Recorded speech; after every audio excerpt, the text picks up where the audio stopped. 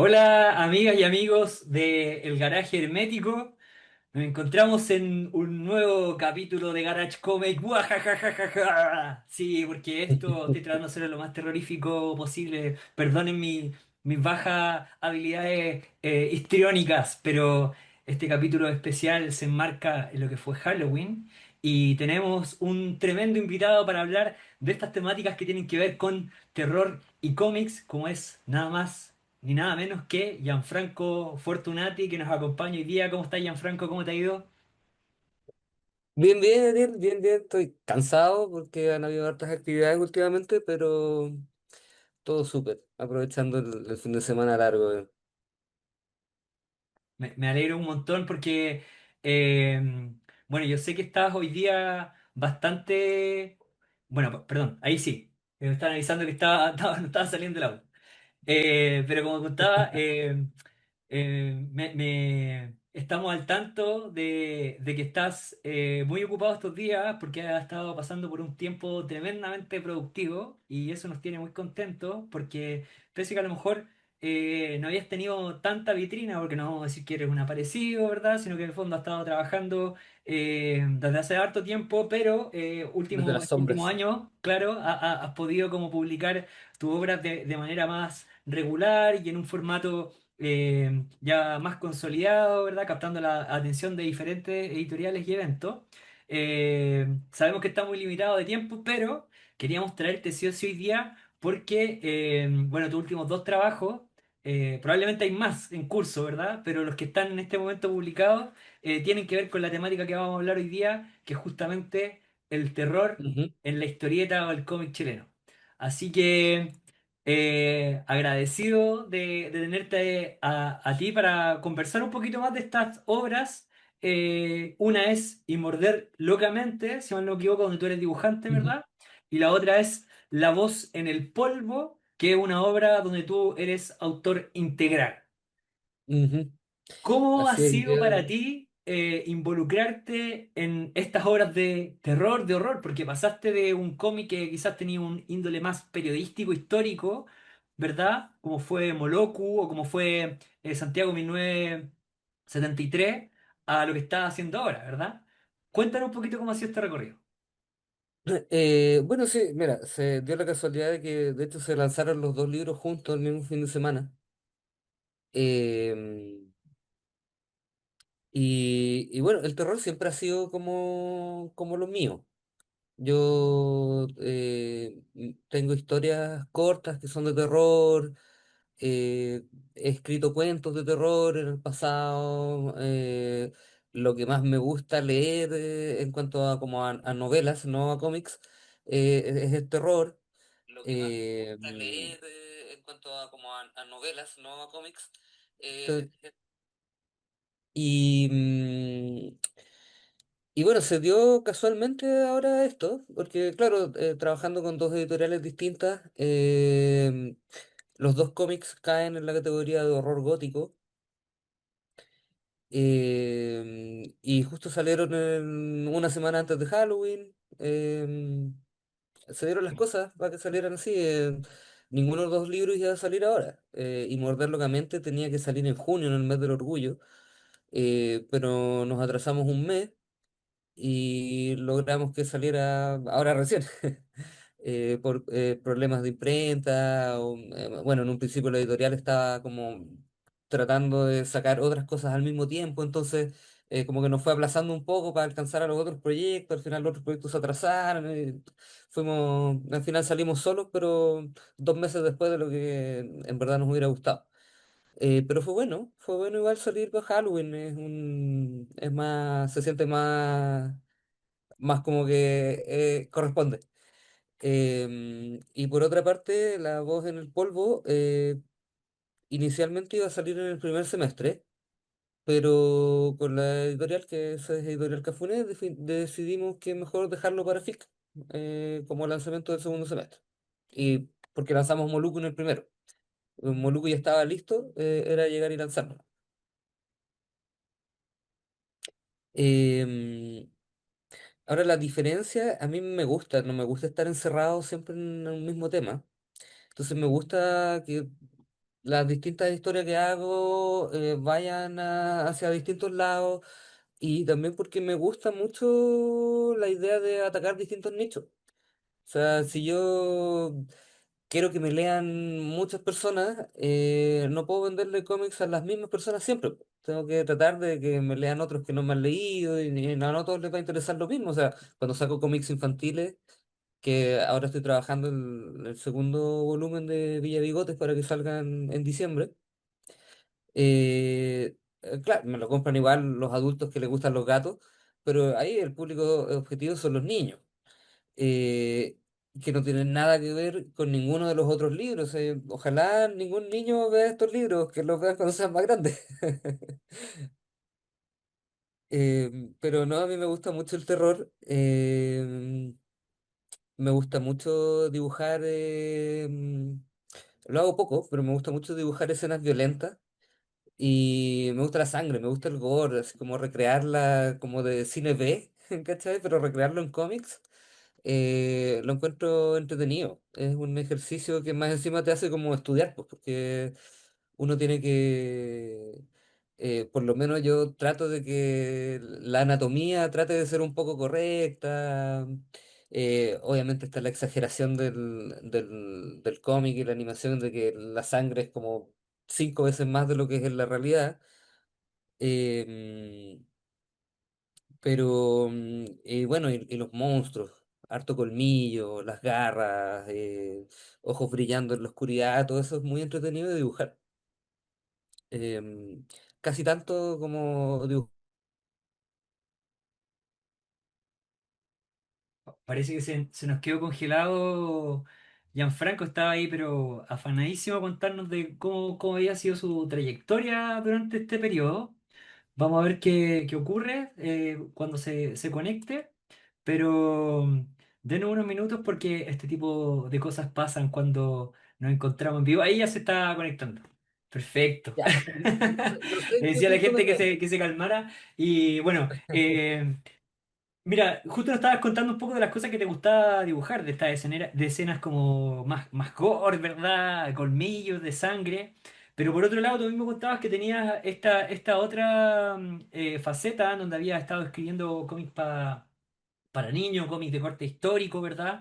Con otro estilo y también con otra narrativa. Entonces, ¿cómo lo haces tú para separar a tu público? ¿Crees que es necesario? Porque debemos decir, y aquí obviamente paso el mensaje, obviamente, para las personas que están viendo este capítulo, que tengan cuidado también a quién le recomiendan este cómic, porque es un cómic que obviamente está pensado para adultos con criterio, ¿verdad? Porque así como dice Gianfranco, tiene harto gore, tiene harta sangre, además de obviamente todo lo que estamos comentando ahora, eh, que son estas cosas que te gusta dibujar, es una trama bien compleja, ¿verdad? Oscura, que mezcla temas policíacos, detectivescos, pero en un contexto más under, ¿verdad? De hecho, hay algunas escenas de Y Morder Locamente que me recordaban también a estas primeras películas de Blade. ¿Tuviste las películas de Blade, o no? Con Sí, esa como que pues es una estaban de las carreteando así inspiraciones, como... totalmente. Sí, así que... eh, y cuéntame, ahí cómo lo hacen en ese sentido, porque creo que es un tremendo desafío justamente tomar esta otra historia sin, digamos, toparse con ese público, aunque obviamente me imagino que algo de la responsabilidad de eso debe caer, por supuesto, en los papás, ¿verdad? Los tutores que están a cargo de los niños, ¿no?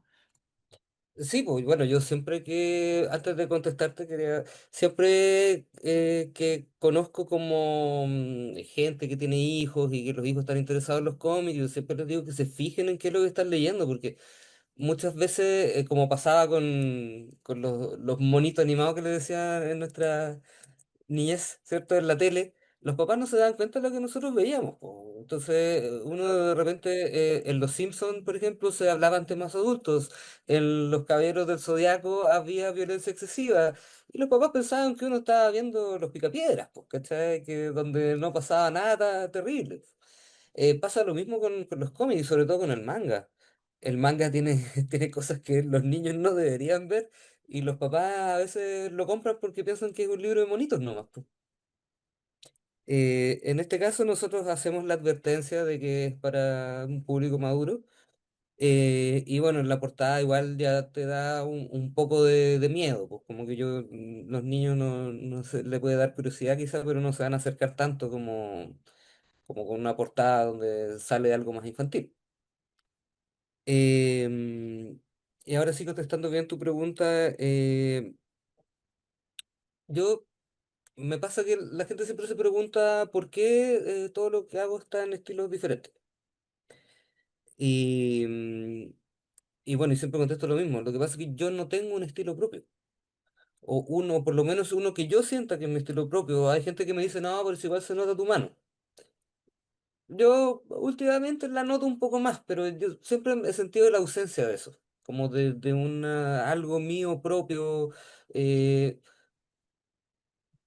y por mucho tiempo lo vi como una debilidad, pero ya en los últimos años me he dado cuenta que al final es mi fortaleza, porque puedo adaptarme a cualquier cosa. Yo le echo la culpa a todo esto que viene de mi formación como diseñador gráfico. Yo soy diseñador gráfico hace 20 años y como yo trabajo con pymes y emprendedores. Entonces es como un cliente tras otro, ¿cachai? Y todos hacen cosas distintas. En 20 años he trabajado más de 200 proyectos totalmente distintos uno de otro. Y uno no puede hacer la misma mano para todos, po. No todos no pueden parecerse. Entonces me pasa lo mismo con las historias. A mí lo que me apasiona es contar historias. Contarlas a través de mis dibujos, a través de mi arte. También a través de mis palabras, también me gusta escribir, pero contar historias para mí es lo principal. Y por eso yo trato de trabajar rápido también, porque mientras antes termino una historia, antes puedo empezar otra y así tratar de sacar y sacar y sacar. Y así como me gusta ir probando distintos estilos, yo voy aprendiendo al mismo tiempo, voy experimentando. Entonces, de repente digo, este cómic, por ejemplo, Moluku, se siente, decía, esta es una historia oscura, pero tengo que hacerla como con respeto y es súper cruda. Hay abuso sexual, hay violencia. eh, entonces, en mi cabeza tenía como una idea de más o menos cómo tenía que verse. Y empecé a investigar y me di cuenta que el expresionismo, ¿cierto? Iba hacia el área donde yo quería. Eso me llevó a acordarme de la existencia del estilo naif. Eso me llevó a acordarme del naif afrocubano y lo que hacía Guayasamín en Ecuador.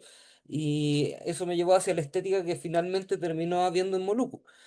Pero tuve que aprender eso, po. Yo no sabía dibujar o pintar en ese estilo. Me pasa lo mismo con... Hay otras cosas que son más familiares, pero Santiago 1973 está en un estilo bastante más simplificado de lo que yo hago normalmente. También tuve que aprenderlo.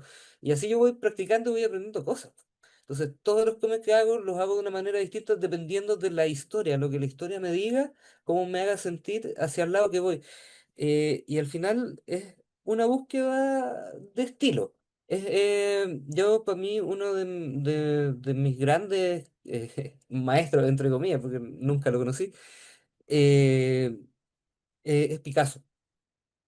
Picasso siempre, constantemente lo estoy citando, porque para mí la frase que está como en el centro de lo que me sostiene es una frase de Picasso que es que em, los buenos artistas copian, pero los grandes artistas roban. ¿Y qué significa robar? Robar significa que agarro algo tuyo y lo hago mío. Picasso, mucha gente que no lo ha estudiado no sabe que él pasó por todos los estilos artísticos antes de llegar al cubismo, que desarrolló de una manera muy propia. Y justamente esa búsqueda de pasar por todos los estilos artísticos es en la que estoy yo ahora. No sé a dónde voy a llegar, pero me gusta seguir experimentando y me gusta que sea un buen ejercicio también para el cómic en sí, como que el cómic tenga distintos estilos artísticos, distintas formas de narrarse, de hacer storytelling, experimentar. Yo no, siempre digo, no me considero dibujante, pero sí me considero artista. Y el arte se hace de muchas maneras distintas. Hay cosas en las que todos podemos estar de acuerdo que es arte. Hay cosas en las que algunos nomás van a decir que es arte, como poner un árbol en la mitad del Estadio Nacional. Y hay otros que te van a decir que eso es una basura. A mí también me pueden decir que a lo mejor lo que yo hago es una basura porque, ponte tú, no sé, pues, hablando con gente de Francia, me dicen los editores franceses te mandarían a volar porque a ellos no les gusta que haya ese tipo de variedad en los artistas. Aunque les gusta que un artista sea de un estilo, porque la gente compra el estilo de ese artista en ese mercado.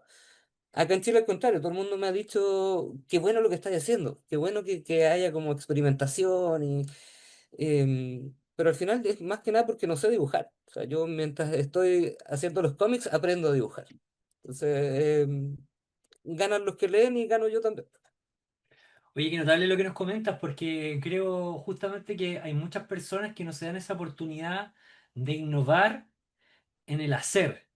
Como que esperan como estar 100% conformes con su estilo y ahí recién ver si es que uno puede publicar algo. Y creo que en ese sentido, eh, justamente para que podamos mantener activa la industria del cómic, si es que se puede llamar así, la industria del cómic, de la narrativa gráfica y de la historieta chilena, es necesario que estemos constantemente publicando y en ese sentido tengamos autores que estén dispuestos justamente a innovar, a encontrarse, ¿verdad? Y darse la posibilidad de ir madurando justamente en esta búsqueda de estilos, ¿verdad? De narrativas, eh, para encontrar digamos, la forma, el formato que más le acomoda, ¿sí? Oye, en ese sentido, ya que has hablado como de 3 4 horas, porque efectivamente nosotros ya en nuestro canal, si no conocía a Gianfranco y quería conocer más de sus trabajos que van más allá del ámbito del terror, ¿verdad? Echen un vistazo al video que tenemos del Salón de la Historieta pasado, que se hizo en el Centro Ujú. Cultural La Moneda, y tuve una entrevista donde pudimos hablar de esa obra. Eh, pero ahora volviendo a esta temática, ¿verdad? Eh, ¿Te ha acomodado este viaje terrorífico de tus últimas obras? Parece que lo has disfrutado por cómo lo que contaba en un principio, ¿no? Sí, mira, en lo que es y morder locamente, fue bastante arduo el trabajo. Mm. Eh, Mira, más o menos sin pausas y sin nada, me hubiera demorado, son como entre 6 y 7 meses de trabajo. Así como que yo trabajara todos los días en eso. Ahora, como con Fernando nos tomamos de repente un par de pausas, un par de meses en que tuvimos que dedicarnos a hacer otras cosas y porque, bueno, también a veces uno no le puede dedicar todo el tiempo, al final fueron 10 meses de 10 meses y un poquito más de un año hasta la publicación. Pero 10 meses de trabajo desde que se empezó a escribir el guión y dibujar al mismo tiempo. Eh, y bueno, yo aquí lo que quería practicar, para mí esto de practicar y al mismo tiempo es hacer tributos, pues. Entonces me puse a estudiar Yo siempre he sido muy, muy, muy fanático de Richard Corbin. Em, Ya pasé mi etapa Corben hace unos años atrás en que todo lo hacía con puntillismo. Era terrible. Tengo por ahí unos cuadros gigantescos en digital, pero que se pueden imprimir de 5 por 6 metros, todo hecho con puntillismo, que me demoraba 3 semanas en dibujar. Em, por otra parte, otra de mis inspiraciones para este cómic, o sea, está Corben por una parte que para mí es como que sabe narrar el terror, pero por otra parte, los que realmente de quienes quería aprender eran Bernie Wrightson y... ay, se me fue... Brian Boland. Entonces, y por supuesto, mi dibujo no se acerca ni por casualidad al de ellos, pero lo que yo quería era practicar es lo que hacían ellos en cuanto a técnicas de achurado. Y, y bueno, y el uso de los grises y todo. Y bueno, ahí yo creo que tengo un estilo en cómo utilizo yo los grises con tramas. Creo que lo hago de una manera particular que es como muy mía. como no es como la típica manera en que la hacen todos. Eh, eh, entonces la idea era como acercarse a estas revistas creepy, la revista Eerie, los cuentos de la cripta, em, pero al mismo tiempo que no se sintiera de los años 60 sino que se sintiera como un cómic under de los 90. Y entonces, quizás por eso también no fui tan técnico como, por ejemplo, en Volant, sino que traté la línea es más suelta, es más temblorosa, es más como... Esto inicialmente era un proyecto que iba a ser publicado por Trauco. Entonces, la estética under tenía que ir, ¿no? Después no se pudo con Trauco o se hubiera podido, pero quizá ya el próximo año, pero no había presupuesto hasta ahora. Entonces estaban comprometidos con otras obras que estaban publicando. Y bueno, logramos convencer a Alexander Roes de Editorial CK, que ahora él ya tenía creado este sello Herodotus como una submarca de CK que estaban trabajando novelas. Y ya habían hecho una novela gráfica antes, pero no había salido nada más hace tiempo, entonces ahora quieren enfocar las novelas gráficas para un público más adulto, el sello Herodotus. CK va a quedar más como en el universo de superhéroes, como para separar un poquito las aguas. Y esta es la primera, claro, novela gráfica de sobre tamaño también que vemos acá en la editorial. En Chile se ve el sobre tamaño hace tiempo, pero poquito. Ojalá ahora se empiece a ver más. Oye, y bueno, le mandamos justamente un saludo a Fernando Letelier y a Alexander Roes, que están involucrados en el desarrollo de esta obra. Fernando Letelier, que no lo dijimos en un principio, ¿verdad? Como guionista, Claro. ¿verdad? Y que había trabajado antes en las otras obras que has publicado, ¿verdad? En Santiago 1973, pero... eh, y por otro lado, Alexander, quien es el publisher, ¿verdad? El fundador, el editor principal de la editorial CK, a través de este sello que se están atreviendo a publicar esta obra ya de más grueso calibre, ¿no? Así que si están viendo este canal, o sea, este programa de este canal, les mandamos ya un gran abrazo, un gran saludo. Y bueno, para no quedar tan en el aire. Ujú. No sé si nos puedes contar un poco de qué trata Y Morder Locamente, para que después hagamos la comparación justamente con la otra obra que nos está presentando tú. Claro, sí. Eh, bueno, y morder locamente, es que sé que últimamente como que ya le he repasado tanto que no sé qué contar sin contar spoiler, pero básicamente es una historia dramática que inicialmente sigue la historia de dos chicas que trabajan en la calle, que son, en el fondo son transformistas, son travestis, eh, que, mira, acá hay un detalle de que cuando podemos lo mencionamos, que en el fondo esta historia ocurre en Santiago en el año 97.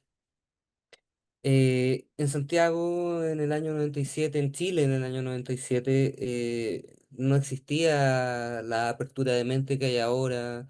eh, Y eso que hoy día igual sigue siendo difícil, pero antes no había nada. Eh, Estas dos protagonistas que tenemos, para mí siempre ellas son transexuales. O sea, en el fondo son mujeres trans. Pero el concepto no existía en esa época, entonces tampoco podemos usarlo en la historia. O sea, entonces son travestis, nada más. Que quizás suena como un poco ofensivo. Hoy día sería súper ofensivo pues, tratar de travesti a una persona trans, pero en esa época es lo que era nomás. Es lo que era, ni ellas mismas podían identificarse de esa manera. Entonces, yo y bueno, Fernando también hablamos de ellas como las chicas, como son, para nosotros son la Kelly y la Briana, no son el Brian ni Marcelo. Em, ellos dos vemos sus historias, vemos la historia, bueno, justamente antes de ser la Kelly y la Brianna, vemos la historia de Brian, eh, su sufrimiento, su contexto familiar. Vemos también un poco de la historia de Marcelo también, y cómo este dolor las une y las convierte en mejores amigas de esos que uno considera que son hermanos. Eh, y esta unión entre estos dos personajes, eh, hace que se desencadenen conocer a otra gente, que hace que se les abra el mundo, les empiece a ir bien dentro de su mundo de prostitución. Pero moviéndose dentro del under del Santiago, ¿cierto? Nocturno, recorriendo los distintos lugares que existían en esa época, muchos de ellos que hoy día existen todavía y varios otros que ya no existen, hasta que se topan con una invitación a una fiesta privada de gente millonaria allá en el Arrayán, como inspirado en estas terroríficas fiestas de Spinac. em, donde son engañadas y convertidas en vampiros. Bueno, una primero, la otra después, pero ya ahí se va dando en la trama. Y después se convierte, o sea, esta historia que parte como algo dramático en el primer capítulo completo, donde no aparece ni un vampiro en el primer capítulo. Tiene 5 capítulos la historia. Ya en el segundo aparecen vampiros, y ya, por supuesto, después ya no para. Ya no para de ser una historia de sangre, venganza, violencia, y, bueno, y resolver cómo sacarse de encima en el a esta vampiresa que es la que las convierte y que quiere que ellas sean parte de su séquito y estas chicas en el fondo son adolescentes de 18 años que lo único que quieren es ser libres y vivir una vida alocada y cumplir con el mismo sueño que tienen en un principio, que es ser transformistas famosas, pero ahora sienten que con el poder que les da ser vampiros, quizás eso está más al alcance, y ahí empiezan más o menos ese es como el conflicto.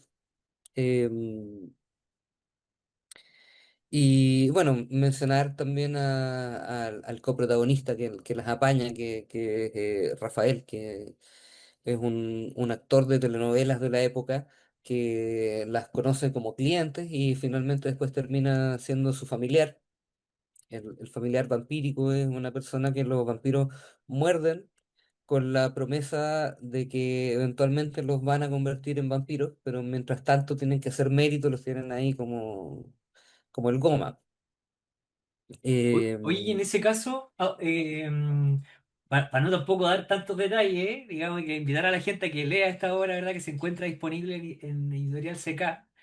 Eh, ¿Por qué crees tú que se relacionan justamente este ámbito de la lujuria, ¿verdad? Los antros, los burdeles, prostíbulos, nightclub, entiéndase, con esta cultura de lo gótico y por otro lado también de los vampiros. ¿Qué vínculo hay ahí y más o menos cuándo surge? Porque parece que desde los 70 en adelante como que cambió un poco la visión del vampiro como tradicional y empezaron a aparecer estas historias más ambientadas en estos under urbanos, ¿no? sí, lo que pasa es que el mito vampírico se ha ido ampliando con el tiempo, po. A medida que se moderniza, ¿cierto?, la sociedad, también se van modernizando los distintos mitos. En el caso del vampiro, bueno, esto lo hemos conversado en otras exposiciones. Hemos tenido la suerte de que nos ha acompañado ya un par de veces Carlos Reyes, que también tiene sus datitos, po. Entonces, él nos comentaba que, claro, las películas antiguas de la Hammer, ¿cierto? Con Christopher Lee, qué sé yo, Drácula mordía solo a mujeres. Pero antes de los 80, en el año 70 y algo, apareció una película donde Drácula mordía a un hombre por primera vez. Y sin ninguna connotación sexual, pero en el fondo ya no estaba. ahí dieron el pie para que desapareciera eso de que en el fondo Drácula solo mordía a mujeres y mujeres que aparte seducía y que él encontraba hermosas. Entonces Drácula podía alimentarse de otros seres también. Eh, y después yo y muchas otras personas le echamos la culpa a Anne Rice de que los vampiros se volvieran sexys. Porque en el fondo te aparecen estos vampiros que son de una sexualidad fluida. Lestat, que es un vampiro que es seductor y atractivo, no importa si tú eres hetero, eres gay, vas a encontrar que Lestat es magnífico. Entonces, parte por ahí yo creo y de ahí en adelante ya vienen un montón de otros vampiros que siempre son la seducción, que son irresistibles, están los vampiros de Crepúsculo, que son tan irresistibles que brillan con el sol. Entonces, el vampiro ya en Drácula igual ya se relacionaba con la sexualidad, con sus esposas vampíricas que tenía, ¿cierto? Ahí en el castillo de Rumania, que son las que seducen a Jonathan Harker en sus pesadillas. em, entonces, esta sexualidad, como te decía, yo siento que allá desde los 80 con la entrevista con el vampiro, empieza a llevarse como hacia algo más moderno y hacia algo más fluido, donde los vampiros son vividores. No son ni heterosexuales ni homosexuales, son gente eterna, que al final ya traspasaste todas las barreras, y no tenéis barreras, no importan, los límites son humanos y ellos no son humanos. Entonces, es entretenido jugar con eso. Acá nosotros los vampiros de Morder Locamente tienen un poco de todo lo que nos gusta de distintos vampiros. Hay algunas cosas que, por ejemplo, nuestros vampiros son... Las cruces no le hacen daño. Ellos pueden entrar a una iglesia, y todo, pero el agua bendita sí les hace daño. Hay como un montón de agarrar cosas, lo que mencionabas antes de que te recordaba Blade, sí, pues, nosotros, nuestros vampiros también están pensados en que tienen como una línea evolutiva en el fondo. Los vampiros más nuevos se ven de una manera, están inspirados más como en los vampiros, como en el maquillaje de Buffy, la casa de vampiros, que tienen como un ceño acá y como los ojos oscuros. Y después ya en unas etapas más maduras empiezan a adquirir rasgos un poco más monstruosos. Y ahí se inspira un poco más en lo que es los vampiros de Grey 2 y de Strand de Guillermo del Toro, que son vampiros que como que abren la mandíbula un poco más, como una... Y como que tienen... también a Fernando y a mí nos gustan mucho los vampiros de 100 días de noche que tienen hileras de colmillos, como una piraña, como un tiburón. No son solo los colmillos para morder, sino que todos los dientes son colmillos. Es como bien monstruoso. Eso también, en eso estábamos bien de acuerdo. Y hacia el final, que no vamos a describirlo tanto, pero el vampiro como líder se convierte en un monstruo más grande, como más realmente monstruoso. No como una persona con aquí ya pierde la humanidad por completo y se convierte en un monstruo con garras, con alas gigantes, todo. No como Eh, una persona con aquí ya como un pierde la kaiju, humanidad, convierte en un pero monstruo más chico. con garras, con alas gigantes. Pero entonces es entretenido jugar con el mito vampírico, que también, bueno, yo también jugaba Vampiro la Mascarada alguna vez, me gustan los juegos de rol. Gigante, Y todo. ahí el mito vampírico se expande a que hay distintos clanes, que en el Kaiju. fondo son como que los vampiros tienen distintas genéticas entre ellos y hay vampiros de un tipo, de otro, están los Nosferatu, hay unos que son un poco más salvajes, más cercanos al hombre lobo, hay otros que son como se vende elite y entonces están siempre en la elite. em, y acá en este caso... tenemos a nuestra villana en el fondo de la historia, ¿cierto? La antagonista, que es la princesa, que está inspirado también principalmente en un principio, en una drag queen que se llama Sacha Velour, de allá de los gringos, de RuPaul. Que ella, su gracia es que ella es calva. Entonces tiene hartos drags donde está con su calva y con orejas puntiagudas y se ve como un vampiro. Y por otra parte, los Nosferatu.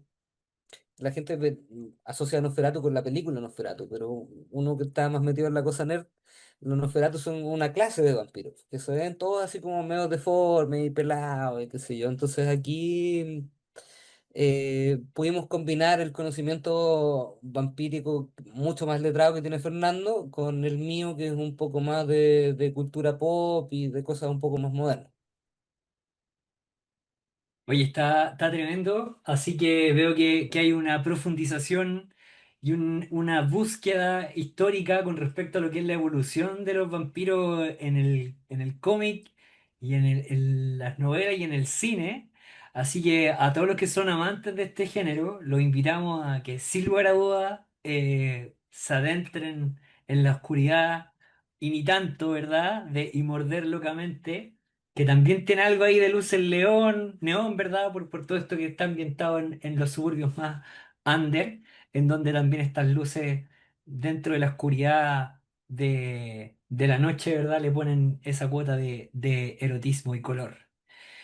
Sí, Oye, mira, ya- espérate, y me acordé, y hacia el final de la historia, que esto ya es como un detalle más pequeño, em, dentro del clímax,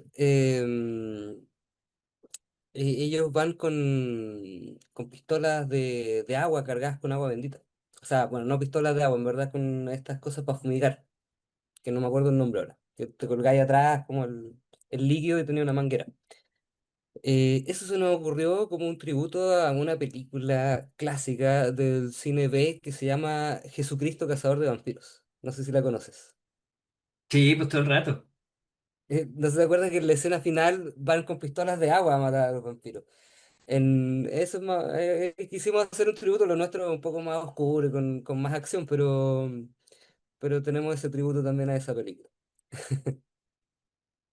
Excelente, oye, mira, estamos súper cortos de tiempo y todavía nos queda por analizar otro de tus trabajos, así que vamos a ver ahí cómo nos va, porque esta otra obra, que también Gianfranco es autor, tiene un carácter completamente distinto, una narrativa distinta, se ambienta en una época diferente también y no tiene que ver con vampiros, ¿verdad?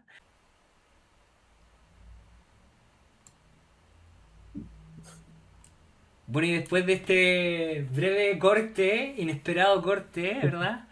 Que quizás andan ahí unos vampiros poniéndonos algunas trampillas para que no dejemos de hablar con ellos, pero lamentablemente el tiempo apremia. Y como bien les contaba, Gianfranco no solamente ha sido el autor dibujante, ¿verdad? Porque aquí hace dupla con Fernando Letelier en Y Morder Locamente, sino que también no en simultáneo, pero con una cantidad de tiempo bastante corta entre una obra y otra, publicó la voz en el polvo, que es el trabajo que tengo acá. Qué bueno que va a estar saliendo igual ahí en la transmisión. Hoy lo adquirí hace poquito, no como y morderlo locamente, por lo que tuve la posibilidad de hojearlo con un poquito más de detalle y poder conocer también esta otra historia que sale de este ámbito de los vampiros, pero nos lleva hacia un terror, hacia un horror quizás no clásico, pero de una época asociada a un contexto más sesentero, setentero, ¿verdad? Que yo no sé si fue así realmente como te preguntaba Gianfranco, pero siento que bebe mucho, a lo mejor inconscientemente, de El Eternauta. ¿Es así o no? Eh, no, pero sí, porque lo que pasa es que mira, yo no tengo entre mis referentes a Solano López porque la verdad es que no, como que para mí es algo relativamente nuevo. El Eternauta yo no lo conocía hasta hace unos años atrás nomás. Eh, pero mi inspiración acá fue Hugo Pratt, que igual está más o menos relacionado en cuanto al estilo. No, ellos deben ser contemporáneos, seguramente. Pero sí, pues en mi afán de nuevo, de probar otro estilo, aquí quise hacer algo más gestual. Y justamente, bueno, yo ya venía de estar probando en otros cómics un estilo parecido, practicando al de Alex Todd. El estilo de Pratt es un poco más gestual, es un poco más suelto, tiene un poco menos de contraste en la sombra. Entonces quise tomar lo que ya había practicado un poco de Todd para llevarlo un poco más hacia Pratt, tratar de practicar, po, practicar. No sé si resulta o no.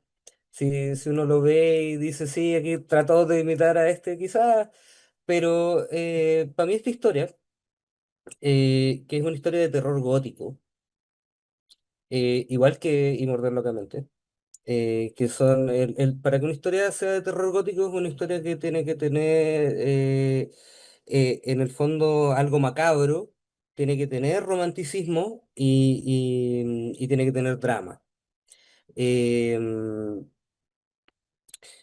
Esas tres cosas principalmente. Cuando te encuentras esas tres cosas principalmente, puede caer dentro de lo que es el horror gótico. Y en este caso había que traerlo al contexto chileno. Eh, La voz en el polvo es una historia que no se me ocurrió a mí, principalmente la idea. La idea se le ocurrió a la directora de Editorial Cafuné, Patricia, que me dijo, tengo ganas de hacer algo con estas características, que sea como para un público más maduro. Bueno, yo me acerqué a ella, en verdad, a decirle, Pati, quiero sacar algo el próximo año, y ella me dijo, tengo esta idea. Y le íbamos a trabajar juntos, pero en un momento ya estaba con muchas cosas y yo ya estaba bien entusiasmado, entonces le dije, bueno, ¿y si la escribo yo? Y me dijo, ya, pues dale, pues veamos qué sale. ¿Cachai? Sácate 30 páginas. Eh, Escribí el guión, le gustó harto. eh, no se lo quisimos mostrar al editor. En el fondo, la Pati es la directora de la editorial, pero no es la editora. Porque la Pati quería sacar la historia sí o sí. Me dijo Ángel, que el editor, me dijo, esta historia yo se la he planteado varias veces y no lo convence. Entonces yo le dije, mira, no le mostremos nada y cuando yo tenga como unas 10 páginas, se lo mostramos ahí todo y lo convencemos al tiro. Y le encantó, pues a Ángel le gustó mucho y se la mostramos a principios de año. Y bueno, ahora también Ángel me ayudó mucho también en las correcciones. Porque en el fondo, en mi historia, pero habían cosas que él, como es un gran editor, Ángel Bernier, es muy, muy conocido en todo el mundo del cómic, ¿cierto? Ha editado a muchas personas y ha escrito también muchos guiones de cómic desde hace harto tiempo. Entonces me ayudó a formar conexiones. La historia funcionaba, pero faltaba que hubiera como conexiones entre cosas, como para que todo quedara más redondito. Entonces ahí me ayudó muchísimo en la edición. Esta historia ocurre ¿cierto? En la Patagonia, eh, pero podría haber ocurrido en otros lados de Chile. Yo tuve que plantearme bien primero en un calendario, haciendo una línea de tiempo, porque es una historia que ocurre alrededor de 60 años, ¿cierto? Parte en el año 65, termina en el 2025. Yo quería que fuera como el inicio y el final contemporáneo al 2025. Y tuve que buscar, en el fondo, dónde me podía hacer funcionar bien la historia con las distintas como recovecos que tiene, porque es una historia que está contada no de manera lineal. Parte en el 2025, después se va al año 65, después se pega un salto al 75, después se va al 2004, después se va al 84, después va al 82, después al 83, y después termina en el 2025, ¿cachai? Entonces, y tenía que hacer poder coincidir las distintas cosas que en la historia iban a suceder con respecto a la historia del lugar donde la historia tenía que ocurrir. Eh, Y la Patagonia me calzó perfecto, porque una de las cosas principales que ocurren, ¿cierto? Que es este romance que tiene la protagonista con un en el fondo ingeniero que viene a trabajar en la construcción de la carretera austral. Yo necesitaba que viniera este personaje de afuera, que era la parte integral de la trama, un personaje de afuera que enamora a la protagonista, ¿cierto? Pero que tuviera una función que importara, y justo me coincidía en como, pero si pasan justo esto pasa 20 años después del inicio de la historia, el 65, más o menos el 85, la carretera austral se construyó en el 82, puedo mover un par de años, entonces hago coincidir las fechas acá, ¿cachai? Eso me servía también para otras cosas que desde la trama que tienen que ver con los chanchullos que se hacían por la dictadura, que acá también me ayudaron a poder hacer otras cosas, integrarlas a la trama. Em, entonces fue como que en un momento dije, no era tan complicado, o sea, aquí está todo. De repente me fui a la Patagonia y dije, aquí tiene que ser. Y bueno, en un principio esto era en Coyhaique, pero la Patti me dijo, yo creo que a lo mejor la gente se puede ofender un poco porque igual lo estamos tratando de cagüinero, que la historia habla de que en el fondo el pueblo están todos hablando todo el rato. Así que inventamos un pequeño pueblito que se llama Montemora, que está basado en otro pueblo que está al lado de Aysén, pero que nunca me acuerdo cómo se llama. Eh, no es Imperial, parece, creo que, no estoy seguro. Em, y eso, pues, esto es una historia que busca su inspiración en las obras clásicas de la escritura norteamericana, como lo son Faulkner, que de hecho está citado al principio de la historia, ¿cierto? ¿Cómo se llama el de Gatsby? Em, No recuerdo, te mentiría. Pero Bueno, sé, pero en el fondo, escritores de esa época son los que me llevan en el fondo como a escribir esta trama. Y de hecho, quienes hayan leído literatura norteamericana de principios del siglo XX van a notar varios guiños en cosas en la forma en que está escrita la historia, en el fondo. No en la historia en sí, pero en cómo está escrita. o sea, dicho de otra forma, acá no solamente tenemos una historia de terror distinta, ¿verdad? En un contexto distinto, con un estilo distinto, donde tú además eres guionista, ¿verdad? Es como... No, no es tu primera obra, bueno, sí, podríamos decir, es tu primera obra integral, ¿o Es no? muy- Porque la... pero- Moluco Así igual, es. claro, el guión viene de tu amigo, pero de alguna forma la desarrollaste prácticamente íntegramente tú, ¿verdad? Después. Claro, o sea, de hecho, Moluco el guión lo hice yo, porque Claro, Moluco es un cuento. claro. Pero en ese sentido es una obra que también apunta a un público distinto dentro de también este espectro del terror, ¿verdad? Ya quizás no, no es tan pop, ¿verdad? Como la otra, ¿ver? Que es un, como un terror que, claro, que tiene harto de gore, pero el contexto en el que se desarrolla la obra es bien diferente. Y esta nos llama a un terror quizás más bien clásico, que quizás podríamos relacionar, por ejemplo, eh, a las historias que se narraban en el radioteatro, ¿verdad? Eh, Sí, pues y, que, también y, tiene un poco de y eso. que podrían Sí. tener un poquito de vínculo un poco con lo que pasa con Mortis también, ¿o no? Porque, bueno, para allá también te quiero llevar, porque, bueno, tú mismo nos has empezado a hablar de tus diferentes influencias en este ámbito, que yo no tenía idea que eran tantas y tan nutridas. Yo no soy un especialista para nada en el cómic e historieta de terror. De hecho, en general el terror me cuesta un poquito de digerir.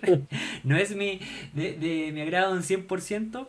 Pero, claro, sí debo reconocer obviamente que hay autores bien insignes en el ámbito nacional e internacional que marcaron pauta y que obviamente llevaron este género a este formato, haciendo obviamente que fuera más transversal, ¿verdad? Que no fuera visto como algo prohibido o solamente para adultos, sino que también fuera accesible, que el terror también podría ser quizás para adolescentes, para jóvenes, ¿verdad?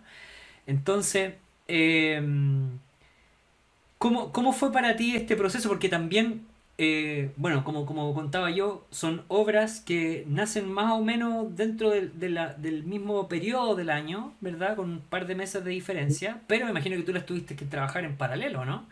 Y para mí, este estilo que se muestra acá, bueno, lamentablemente no tengo otras capturas de interiores de las páginas de Y Morder Locamente, pero aquí el trazo, como te contaba el otro día, me parecía que era mucho más, a ver cómo decirlo para que no suene feo, pero franco, ¿sí? Como en el fondo, como que, pese a que tú lo trabajabas igual desde lo digital, ambas, ¿verdad?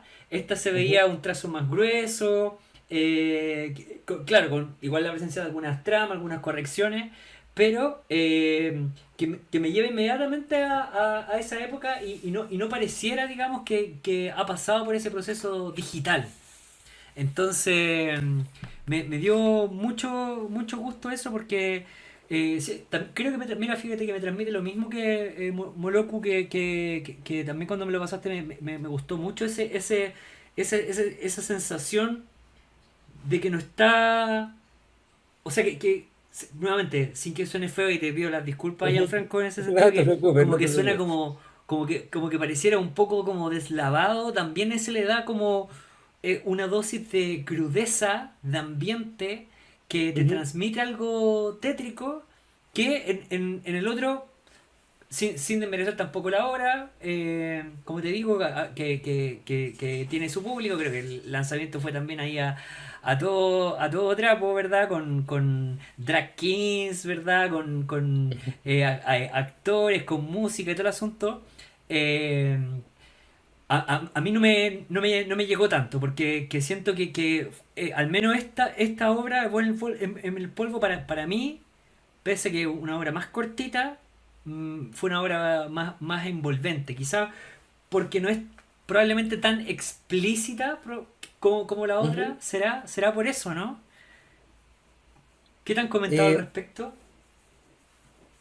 Mira, de La Voz en el Polvo no he tenido muchos comentarios. Es que recién lleva una semana. Yo no se lo había mostrado a nadie. Yo mismo no lo había visto hasta el sábado pasado. O sea, Estoy haciendo entonces, spoiler antes de que hagan el lanzamiento, me acabo de dar cuenta. no, no, sí, mira, el lanzamiento fue en FIC la semana pasada.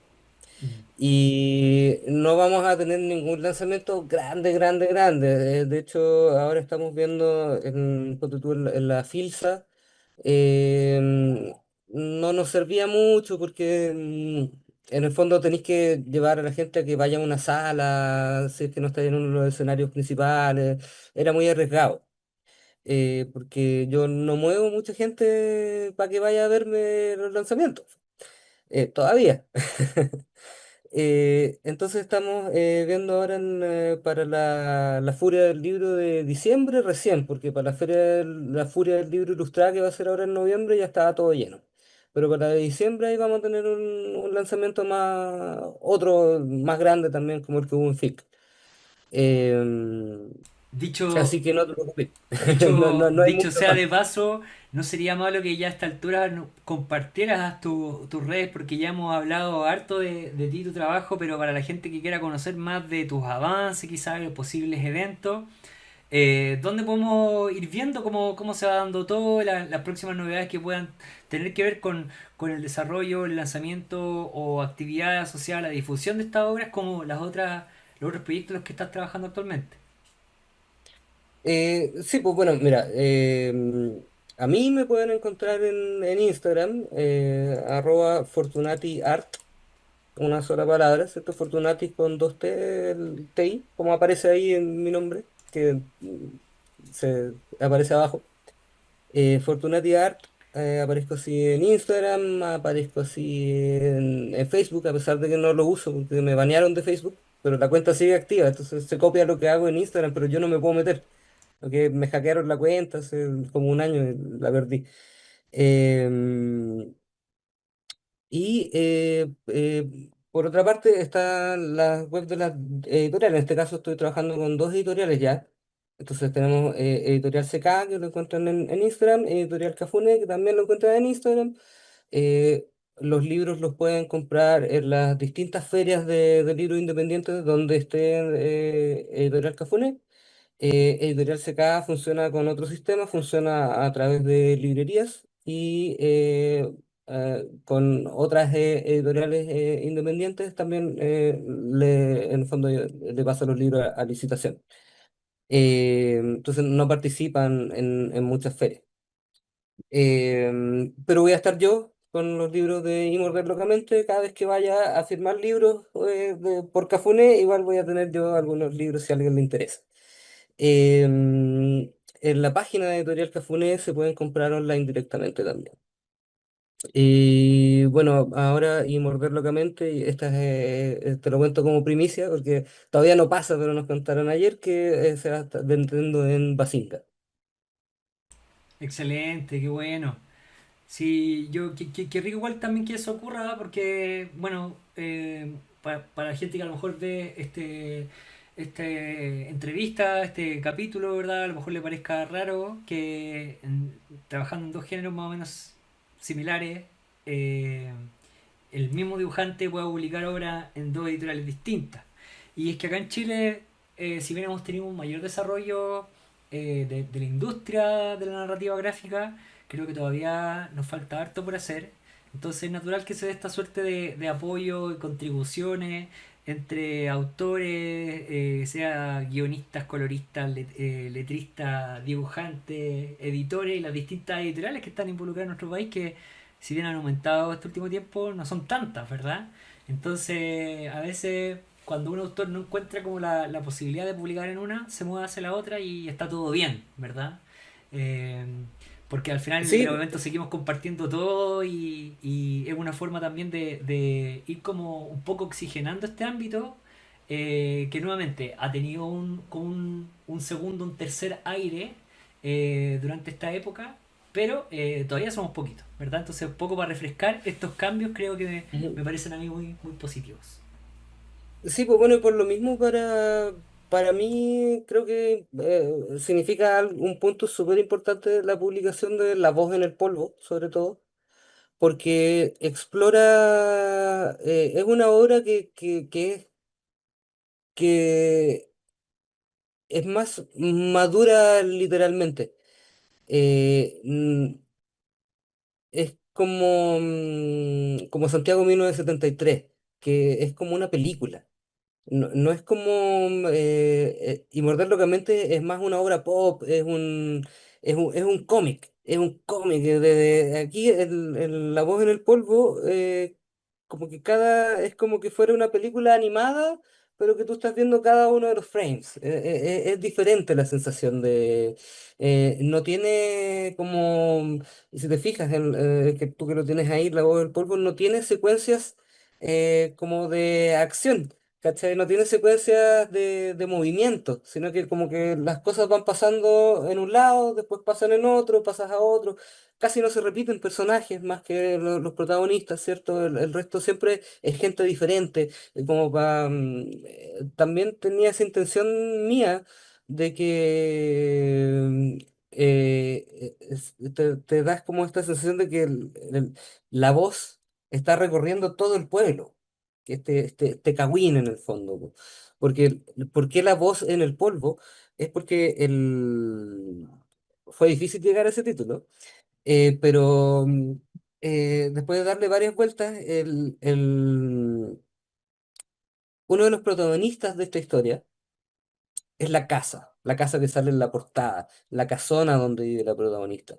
Esta casona acompaña durante los 60 años de la historia y va cambiando con el tiempo. En un momento la vemos hermosa, prístina, blanca, después la vemos en otra época con otros colores. Bueno, aquí son tonos de gris, pero se ve más oscura, se nota como que en el fondo tiene cambios, alguien la pintó, le van cambiando las ventanas con los años. En un momento tiene póstigo en las ventanas, después no. Ya en el 2025 la casa está totalmente casi a punto de estar derrumbada, mal cuidada y está llena de polvo. Polvo que en algunas partes lleva 40 años sin que nadie lo limpie. Polvo que ha sido testigo de un montón de cosas. Polvo que tiene una voz que al final de la historia nos revela cuáles son los secretos que había estado guardando. De ahí viene el título, en el fondo, de que hay una suciedad que en la historia de a poco se va mostrando cada vez más. En el principio se menciona un poco y ya hacia el final hay nubes de polvo cuando se abren habitaciones cerradas y cosas así. Em, Esa es la explicación del título.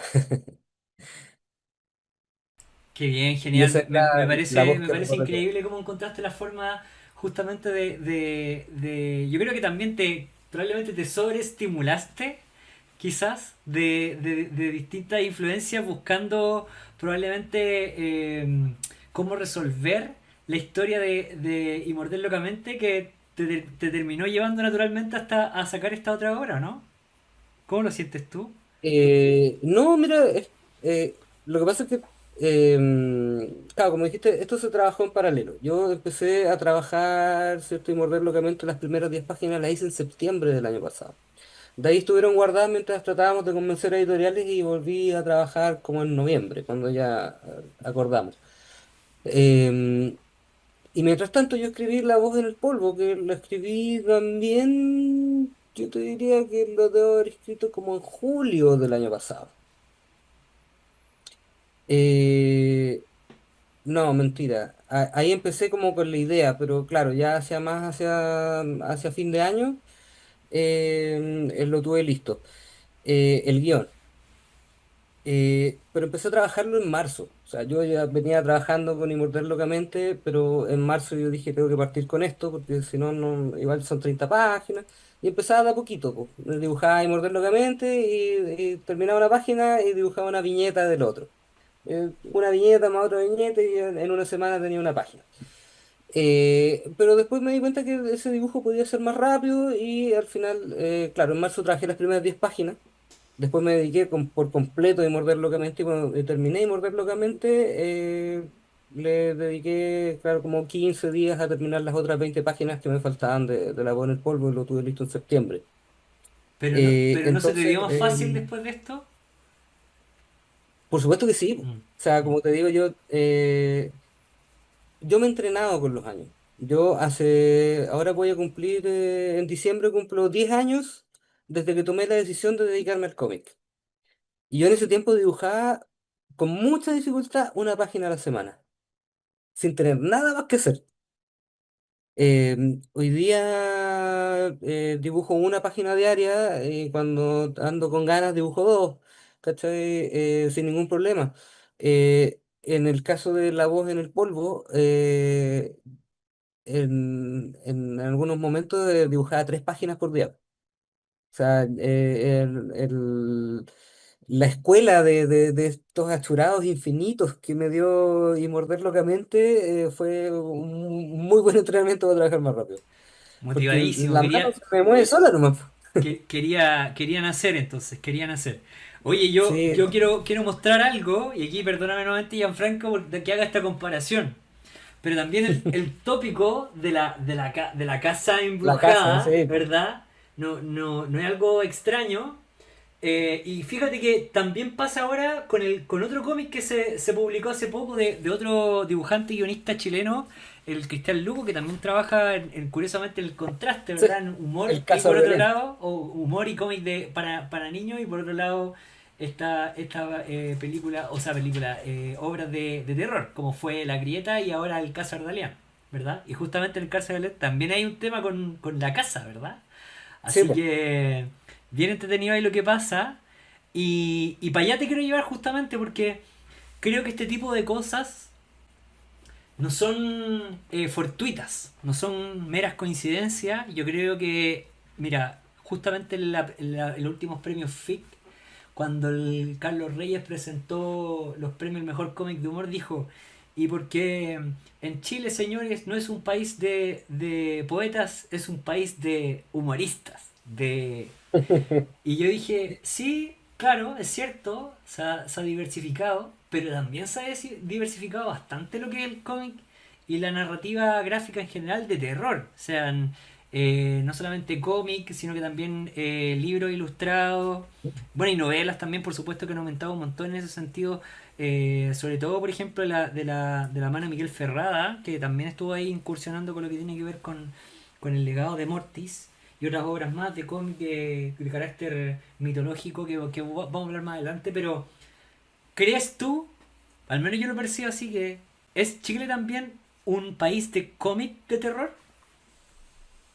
Sí, de todas maneras, pero no actualmente, no actualmente, pero sí, lo fuimos, de todas maneras. Bueno, lo que se hizo con Morty, aquí también hay una inspiración en Mortis, pero no ni en la narrativa ni en nada. Yo cuando estaba escribiendo esto hubo un periodo en que en vez de escuchar podcast me puse a escuchar radioteatro del Doctor Mortis. Escuché mucho radioteatro del Doctor Mortis el año pasado sobre todo. Entonces también la narrativa de Juan Marino hay un poco ahí, pues aprendí un poquito de su suspenso y qué sé yo. No se nota tanto, sí, porque no es tan aparente. Alguien más a quien le robe algo nomás. Claro, pero yo creo Siempre que robando. en diferentes momentos de la historia de la narrativa gráfica en Chile han habido como algunos sucesos que han hecho obviamente que estos autores dejen una semilla y esa semilla sea tan potente. Y yo creo que también tiene que ver con temas políticos y sociales. Porque por ahí también he escuchado, por ejemplo, Romero, ¿verdad? Que es el director de películas de gore, ¿verdad? De Que zombies. él decía justamente que el terror también era una forma de criticar a la sociedad. Entonces, estas problemáticas sociales creo que de alguna forma también terminan alcanzando un clímax y se expresan en distintas temáticas. Y hoy día creo que también el terror en nuestro país tiene unas vetas de eso. Además, obviamente, de la presencia como la marcada influencia de Juan Marino, ¿verdad? Y el legado de Mortis que ha marcado un montón de guionistas que han también tratado de proyectar su legado, porque si bien yo mostré ahí una de las cuantas portadas de Mortis ahí en pantalla, ustedes estarán viendo también cómo va corriendo ese carrusel y que muestra algunas otras obras que no son obras póstumas de Juan Marino, sino que son de autores más recientes que han tratado de extender el legado del universo del Doctor Mortis, como es Morty el Eterno Retorno, Morty en Ausentia, y así otras cuantas obras cortas más que se publicaron hace poco en Arcano Cuarto, también Ariete está sacando ahora una obra asociada a lo mismo, entonces eh, yo creo que por ahí va, fíjate, esta aglomeración de autores que están en Chile abordando estas temáticas. Y en algunos casos tuvieron, por ejemplo, en el pasado que ver con. Porque tú, bueno, lo comentamos, porque la voz en el polvo también tiene ese vínculo con la dictadura, ¿cierto? Y que. Cuéntalo que tuvimos, si quieres, porque para no ser tanto spoiler, pero que. No sé si estás de acuerdo ahí con lo que planteaba. Sí, de todas maneras, es que el terror, claro, no son solo monstruos, no es solo gore. Bueno, de hecho, la voz en el polvo, no hay escenas de violencia, no hay gore, eh, pero hay una página, ¿cierto?, donde está todo el terror concentrado en una sola página, que te causa impacto. Em, y ahí te das cuenta que en verdad todo lo que estuviste leyendo para atrás en verdad siempre fue terror. Que en un momento podría haber sido solo un drama, pero la forma en que todo se enlaza, eh, al final ahí hay algo más, pues hay otro terror que tiene que ver más con enfermedades mentales, con la soledad que tanto nos asusta a todos, ¿cierto?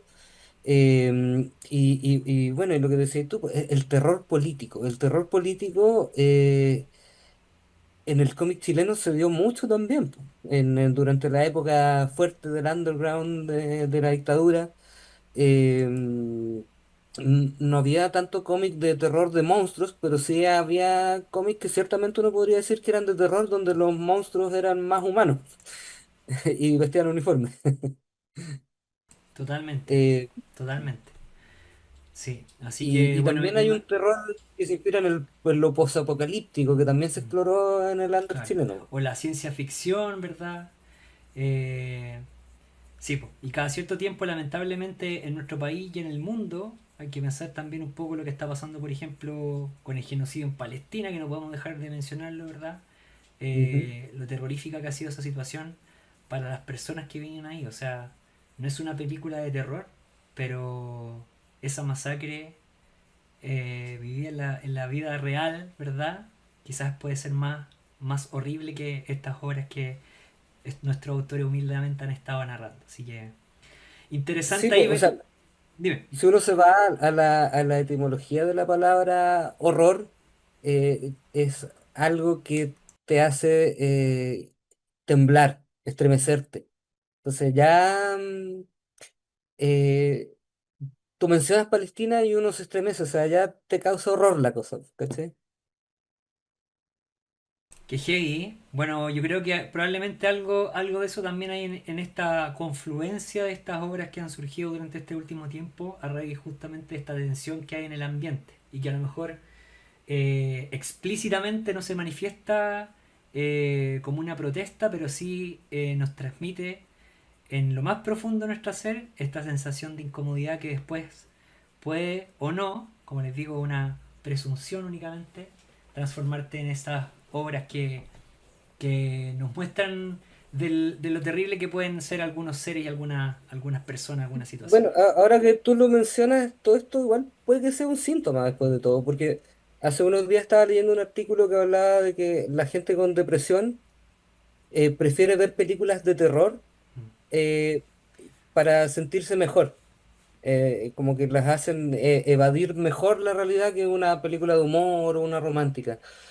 Y yo creo que con el cómic de terror es lo mismo, o a lo mejor estamos varios haciendo cómics de terror en este momento porque tenemos que mostrar que a lo mejor existe algo peor que lo que vemos a diario. ¿Cachai?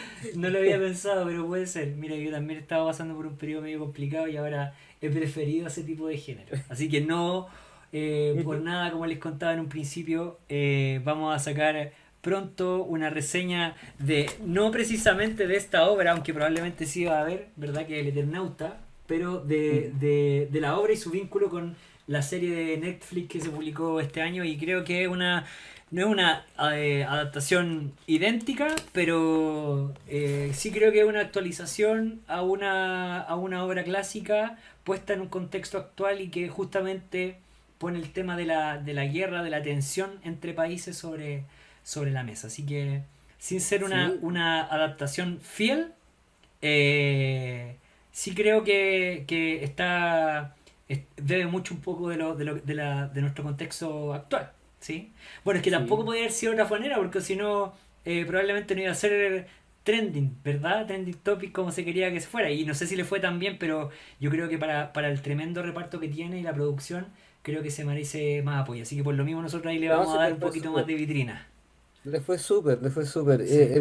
Un detalle ahí, que el- esta primera temporada del Eternauta, si bien, como dices tú, no es un calco del cómic, Mm, pero sí llega hasta a un mm, punto del cómic que tú decís, aquí es recién en la página 72. claro, O sea, y el cómic tiene más de 300. claro. A mí me gusta mucho lo que hicieron porque lograron poder rescatar o reordenar cosas que pasaban un poco más adelante en el cómic y las tiraron para atrás para que tuvieran más sentido, ¿no? A mí me encuentro que es una buena adaptación al hacerla contemporánea. A mí sin ser, como te digo, como canónica, ¿verdad? Pero a mí también me parece una buena adaptación y bueno, tiene un tremendo reparto, así que creo que por toda esa razón es importante echarle un vistazo y apoyarla. Perfecto, Oigan, perfecto, bueno, segundo. ya tenemos que terminar la entrevista, nos alargamos más de lo que teníamos presupuestado. Esperemos Es que eran dos los libros, po. muertos, los vampiros nos perdonen, ¿verdad? Porque lo hemos estado velando tanto hoy día, pero era el momento de hablar de estas obras que no siempre están presentes en la vitrina, en las librerías, pero hoy, dado el contexto, era importante igual mencionarla y bueno, ha ocurrido la sinergia, ¿verdad? La coincidencia de que nuestro amigo Gianfranco Fortunati estaba publicando dos obras ligadas a estos géneros. Así que te agradezco enormemente, Gianfranco, tu presencia. Y bueno, para cerrar nuevamente te pido que nos comparta tu, ¿cómo se llama? Tus redes y bueno, las redes de las editoriales donde tu trabajo se está publicando. Sí, pues bueno, a mí me encuentran como Fortunati Art en Instagram y en Facebook. Mi página web, que no la mencioné antes, se me fue, es afortunados.cl, que es mi apellido, Fortunati, si uno lo traduce literalmente está en plural. No es afortunado, es afortunados. Entonces, compré el dominio ya hace más de una década. Ahí tengo mi portafolio y ahí pueden leer todos los cómics que tengo gratis también. Porque yo tengo todo lo que está con editorial, obviamente se compra, pero todo el resto está todo online, lo pueden ver ahí, descargando en PDF. Y por otra parte, Editorial Cafuné, lo encuentran en Instagram como Cafuné Editorial, editorialcafuné.cl, donde pueden comprar los libros, y Editorial CK en Instagram o CK Editorial, que en este momento están con la página web con problemas, así que a través de Instagram los pueden contactar. Y los libros los encuentran en las distintas ferias de libro independiente. Ahora viene la feria bueno, la gran feria del libro, ¿cierto? De la estación Mapocho, la Furia del Libro Ilustrada, que se va a hacer por primera vez a fines de noviembre en el GAM. Y la furia del libro, que es la furia de fin de año, que se hace unos días antes de Navidad, ¿cierto? Como ya es costumbre, también en el GAM. Y otras ferias pequeñas que hayan por ahí, las pueden ver tanto en mis redes como en las distintas editoriales donde vamos a estar dando vueltas. Bueno, Gianfranco, agradezco enormemente estos datitos que nos has dado, ¿verdad? Tus redes sociales, tu sitio web, ya saben, afortunados.cl, y a seguir las redes de Gianfranco y de las editoriales donde están publicando sus trabajos, Editorial CK, Editorial Cafuné, donde puedan encontrar no solamente el trabajo de Gianfranco, sino que todo el catálogo de estas editoriales y también los eventos donde van a estar presentes. Así que...